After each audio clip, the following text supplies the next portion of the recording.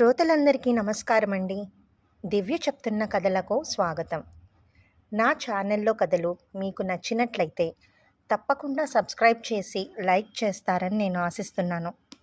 ఇక ఈరోజు నేను మీకు వినిపించబోయే కథ పేరు పూరకం. ఇది రచించిన వారు పప్పు అరుణ గారు. ఈ కథ జూన్ 25వ తారీఖు 2017వ సంవత్సరం ఈనాడు ఆదివారం సంచికలో ప్రచురించబడింది. ఏమిటో అసలు పెళ్ళంటేనే పెద్ద కన్ఫ్యూజన్ అనుకుంటా. ఏది స్పష్టంగా తెలిసి రావటం లేదు. మరి అందరూ అన్నన్ని పెళ్ళిళ్ళు ఎలా చేసుకుంటున్నారో అంది మనవరాలు. వద్దంటున్నా జారే ముంగురుల్లా చిన్న విసుగు దోబూచులాడింది ఆ అమ్మాయి మొహంలో. అమ్మమ్మ దాన్ని గమనించింది. జీవితంలో కొన్ని రంగుల్ని చూసిన ఆవిడకు ఆ పిల్ల సమస్య వింటుంటే నవ్వొచ్చింది. అన్నన్ని పెళ్ళిళ్ళంటే ఎన్నెన్నేమిటి?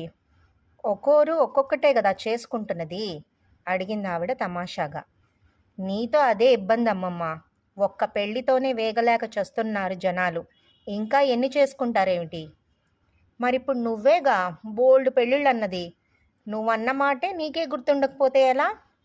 నన్ను చంపకమ్మమ్మ. ఏమిటి ప్రతి మాటకు చావు చావు అంటావు? అదో ఊత పదమా ఏమిటి? శుభమా అని పెళ్లి ప్రయత్నాలు మొదలెడుతుంటే అలా మాట్లాడతావేం? సరిగ్గా చెప్పనిదే నాకేం తెలుస్తుంది? ఇంటి ముందున్న చిన్న జాగాలో ఓ ఆకాశమల్లి, ఓ పారిజాతం, కొన్ని గులాబీ మొక్కలు వేసుకొని దాన్నే పెద్ద నందనవనంగా పెంచుకుంటోంది ఆవిడ. అక్కడ మొక్కలకు నీళ్లు పోస్తూ మెట్ల మీద కూర్చున్న మనవరాలి హావభావాలను ఓ కంట కనిపెడుతోంది. అది కాదమ్మమ్మ, పెళ్లి వల్ల డిపెండెన్సీ పెరిగిపోకూడదని అమ్మ అంటోంది. ఇండివిజువాలిటీ వదులుకోవద్దని నాన్న అంటున్నారు. ఎవరి ఉద్యోగం వాళ్లకు, ఎవరి సంపాదన వాళ్లకు ఉంటే సంసారం హాయిగా సాగుతుందట. అదో రకంగా నవ్విందావిడ. వాళ్ళ మొహంలే. ఇంకా ఏం చెప్పారేమిటి? వాళ్లే కాదు, చదువుకునే అప్పుడు స్నేహితులు అలాగే అనేవాళ్ళు. మన ఉద్యోగం మనకుంటే ఒకరి పత్నం ఉండదు అని.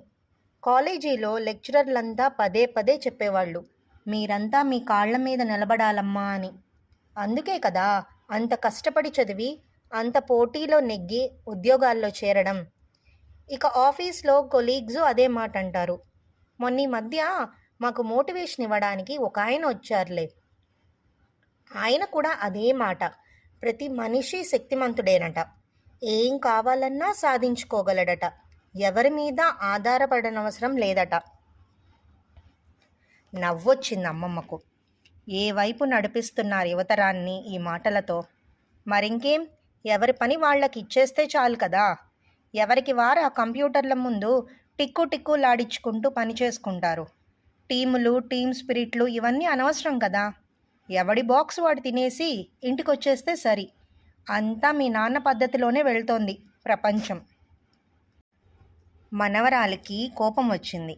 నువ్వు మా నాన్నని అంటున్నావా, ప్రపంచాన్ని తిడుతున్నావా అంటూ అమ్మమ్మ ముఖంలో చిలిపిదనం చూసి తను నవ్వేసింది. ఏమిటో ఈవిడ స్పందన దేనికైనా చిత్రంగానే ఉంటుంది అనిపించింది ఆమెకి. నా సంగతి ఎందుకు గాని, వాళ్ళందరూ అలా ఉంటే నువ్వేమనుకుంటున్నావు అడిగింది అమ్మమ్మ. ఏంటమ్మమ్మ నువ్వు? ఏదీ సరిగ్గా సమాధానం చెప్పవు. ఈసారి మనవరాలి ముఖంలో విసుగు స్పష్టంగానే కనిపించింది. కింద పడిన ఆకాశమల్లె పువ్వులను ఏరి వెదురు బుట్టలో వేస్తూ, సమాధానాలు రెడీమేడ్గా ఉండవు తల్లి. మనకు నప్పే సమాధానాలు మనమే వెతుక్కోవాలి. ఇంతకు నీకేం అనిపిస్తుందో చెప్పడం లేదు నువ్వు అందావిడ అదే నవ్వుతో. వాళ్ళందరూ చెప్పే సరే కానీ సరిగ్గానే ఉందనిపిస్తుంది. కానీ ఏదో లాజిక్ మిస్ అవుతోందమ్మమ్మ. అదేమిటో తెలియటం లేదు. అవునా? ఇంతకు మీ అత్తింట్లో 4 రోజులు ఉండొచ్చావు కదా. అక్కడేం చూసావో చెప్పు. చిన్నప్పుడు నీ పాదాల కింద పెడితే కందిపోతాయేమో అన్నట్టుగా చూసేది మీ అత్త నిన్ను. ఇప్పుడు అలాగే చూసిందా అడిగింది అమ్మమ్మ. నాకేదో అర్థమయ్యి కానట్టుగా వాళ్ళ వ్యవహారం అలా ఉంది. మా ఇంట్లో ఉన్నంత హడావిడేం లేదు. ఏదో చాదస్తం మనుషుల్లా ఉన్నారు చూడబోతే. చాదస్తం అంటే ఏమిటో వివరంగా చెప్తే కదా తెలిసేది. ఏరిన పూలబుట్ట పక్కన పెట్టేసి మనవరాలి చేతులకు గోరింటా పెట్టడం మొదలుపెట్టింది ఆవిడ. నీకు మా మేనత్త మామయ్యలు తెలీదా? మళ్ళీ నన్ను చెప్పమంటావేం? కస్సున లేచింది మనవరాలు. అమ్మమ్మకి నవ్వొచ్చింది. తన కూతురి ఆడపడుచు కుటుంబం తనకు తెలియకపోవడమే తెలుసు, కానీ తనకు అర్థమైన తీరు వేరు. ఈ కాలం పిల్లలకు వాళ్ళెలా అర్థమయ్యారో తెలుసుకోవాలి. ఏమిటో అమ్మమ్మ, నేనొకరోజు బీరకాయ కూర చేశాను. మీ అత్త చేసిందే కూర ఇంకెవ్వరు చేసినా అలా రాదు అంటారు మామయ్య. దానికి ఆవిడ ముసిముసిగా నవ్వుతుంది. నాకు చాలా చిరాకేసింది. ఆయనేమిటో అన్ని పనుల్లోనూ వేలు పెడుతుంటాడు, వెనకెనకే తిరుగుతుంటాడు. వంటింట్లో అత్త పాలు కాస్తుంటే ఈయన డికాషన్ వేస్తాడు. ఈలోగా కూరగాయలు కోస్తాడు. వాషింగ్ మెషిన్ వేసి అత్త స్నానానికి వెళ్ళిపోతుందా, ఈయన బట్టలన్నీ తీసారేస్తాడు. మళ్ళీ వంటలో రెడీ. ఏం వండాలి, ఎలా వండాలి, ఆ డిస్కషన్ అంతా ఏదో పెద్ద అమెరికా ఎన్నికల్లాగా పెద్ద తంతు. ఇక భోజనాల దగ్గర చూడాలి వాళ్ళ వాలకం. ప్రతి దానికి 100 రుచులు చెప్పుకుంటూ ఆహా ఓహో అనుకుంటూ తినడమే ఒక పెద్ద వ్రతంలాగా చేస్తారు. ఏదో ఆకలికి ఇంత తిని లేచామని కాకుండా అంత టైం వాళ్ళు తిండి మీద వేస్ట్ చేస్తుంటే మండిపోయిందనుకో. అవునా? ఏ మాట కామాటే చెప్పుకోవాలి కానీ అమ్మమ్మ, అత్త బీరకాయ తొక్కు పచ్చడి చేసిన అమృతమేమననుకో. ఎంత తినేదాన్నో, అయినా సరే అంత టైం ఎందుకు తిండి మీద? అందరూ అన్ని పనులు చేసేది ఆ తిండి గురించే కదమ్మా. మీ అమ్మా నాన్నల్లాంటి వాళ్ళు బతకడం కోసం ఏదో ఇంత కుక్కుకొని బయటపడతారు. నీలాంటి పిల్లలకు అదే అలవాటు చేస్తున్నారు. వాళ్ళు తింటూ బతుకుతున్నారు. అది సరేలే, మీ అత్త ఎలా ఉంది? బాబోయ్, అత్త గురించి అడక్కమ్మమ్మా. ఆవిడికి చదువు ఉంది, ఎందుకు ఉద్యోగం సద్యోగం ఏం లేదు. ఎంతసేపు మామయ్యకి ఇష్టమని పచ్చళ్ళు చేయటం, వడియాలు పెట్టడం, ఆయన వైపు వాళ్ళొస్తే వండి పెట్టడాలు, వాళ్ళకి వీళ్ళకి పెళ్లి సంబంధాలు చూడటం, అంతే. సరేలే, ఎవరి లైఫ్ స్టైల్ వాళ్ళదనుకో. చాలా రోజుల తర్వాత వాళ్ళ ఇంటికి వచ్చానని షాపింగ్ అని తీసుకెళ్లారు. అక్కడ వాళ్ళ పబ్లిక్ డిస్ప్లే ఆఫ్ అఫెక్షన్ అవసరమా చెప్పు? ఎంతసేపటికి మామయ్యకి ఆకుపచ్చ రంగు నచ్చదేమోనే, ఆయనకి డిజైన్ ఇష్టం అంటుంది అత్త. ఆయనేమో నీకు కనకాంబరం రంగు చీర ఇష్టం కదా అంటాడు. ప్రతిదీ మీద వేయించి తను చూసి కానీ సెలెక్ట్ చేయడు. టీనేజ్ లవ్వర్స్ లాగా కళ్ళతోనే మెచ్చుకోళ్ళు. మామయ్యని పెళ్లి చేసుకున్నాక అత్త బొత్తిగా వెన్నెముకలేని మనిషి అయిపోయిందంటూ ఉంటాడు మా నాన్న. ఆ మాట నిజమేననిపించిందా నీకు? అల్లరిగా అడిగింది అమ్మమ్మ. కొంచెం చిరాకేసిందనుకో, కానీ పూర్తిగా కోపం రాలేదనుకో. మరి వాళ్ళ అబ్బాయి, అదే మీ బావ ఎలా ఉన్నాడేమిటి? అంత చదువుకొని అంత పెద్ద ఉద్యోగం చేస్తున్నాడా? అన్నిటికీ మా అమ్మగారు మా నాన్నగారు అంటాడు.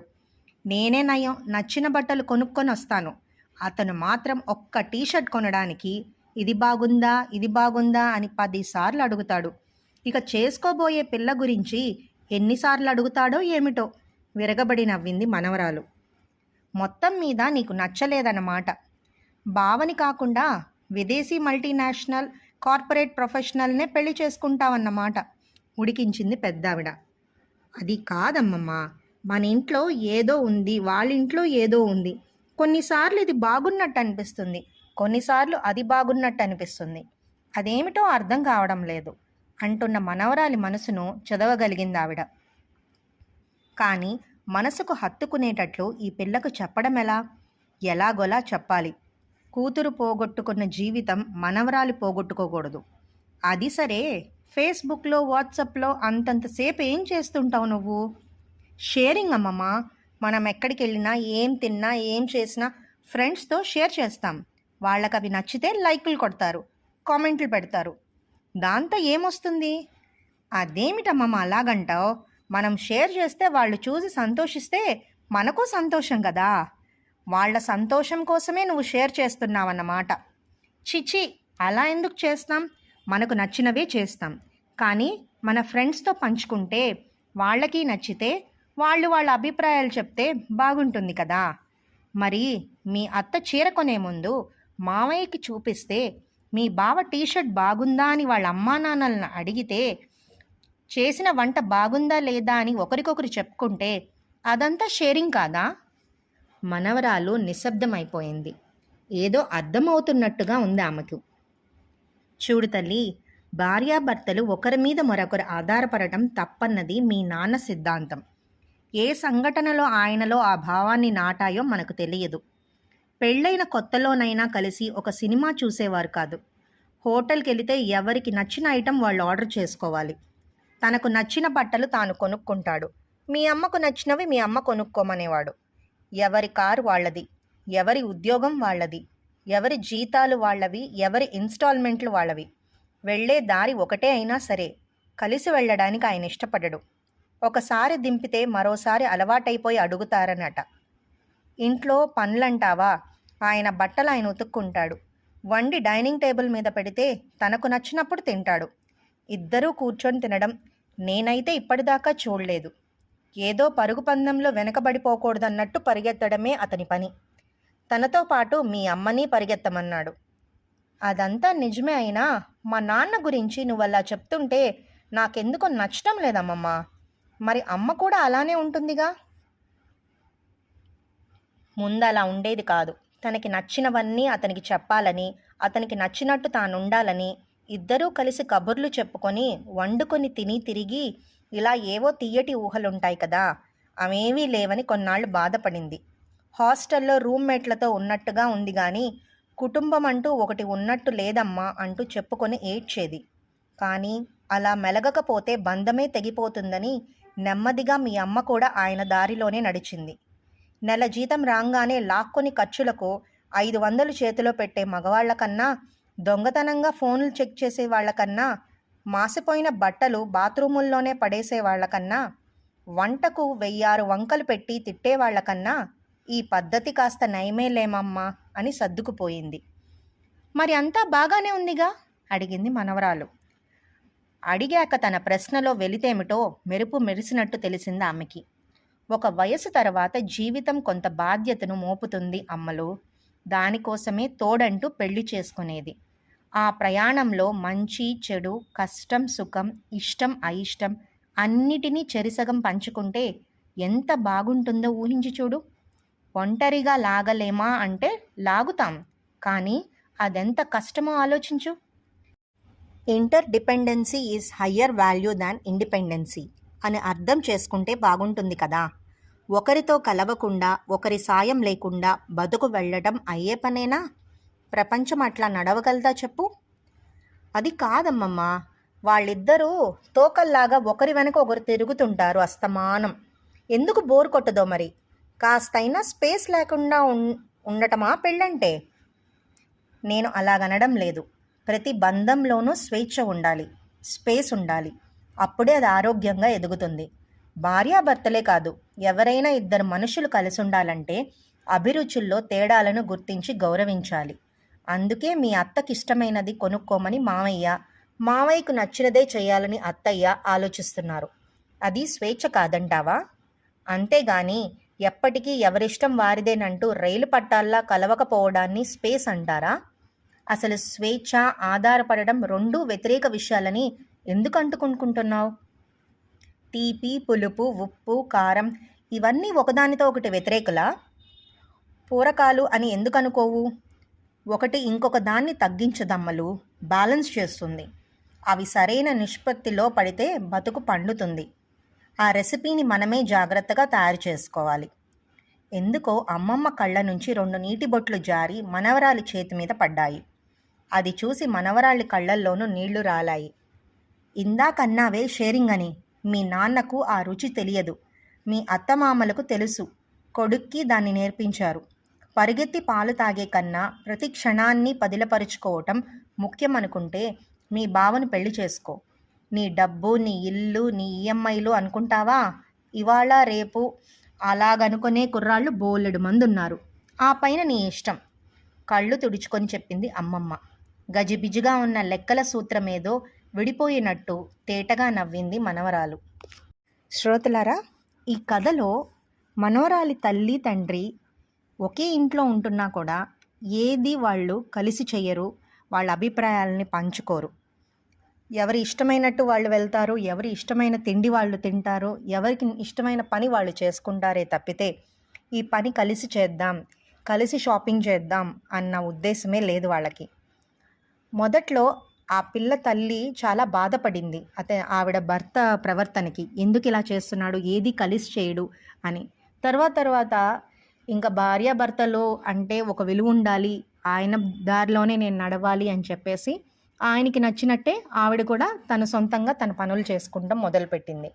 ఇకపోతే ఇక్కడ మనవరాలి అత్త మామ మాత్రం వాళ్ళెంతో సంతోషమైన జీవితాన్ని గడుపుతున్నారు.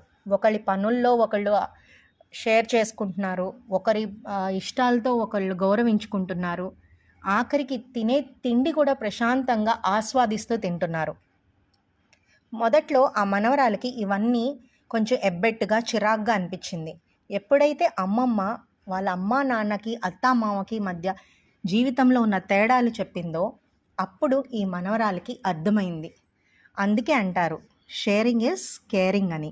ఈ రోజుల్లో ఒకరితో ఒకళ్ళు ఇంట్లో ఉన్న వాళ్ళతో షేర్ చేసుకోవటం కంటే వాట్సాప్లో, ఇన్స్టాగ్రామ్లో వాళ్ళ జీవితంలో జరిగేవన్నీ షేర్ చేసుకోవటం ఎక్కువైపోయింది. అందుకే మనుషుల మధ్య మాటలు ఇవన్నీ తగ్గిపోయాయి. ఈ కథ ఇక్కడితో సమాప్తం. తిరిగి రేపు మరో చక్కటి కథతో మళ్ళీ కలుసుకుందామండి. అంతవరకు సెలవు. నమస్కారం.